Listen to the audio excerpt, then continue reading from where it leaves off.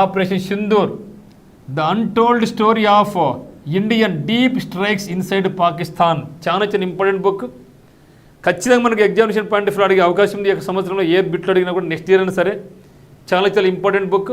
So ఇటీవల కాలంలో ఏ book రచించినా కూడా ముఖ్యంగా లేటెస్ట్ ట్రెండ్ కనుగరించి, ఎందుకంటే ఆపరేషన్ సింధూర్ అనేది ప్రపంచానికి తెలియజేసిన మన యొక్క సత్తా ఏందో అటువంటి ఆపరేషన్ సింధూర్ విశిష్టత కలిగినటువంటి దాని బుక్ వచ్చిందంటే ఖచ్చితంగా ఈ బుక్ గురించి నేర్చుకోవాల్సిందే.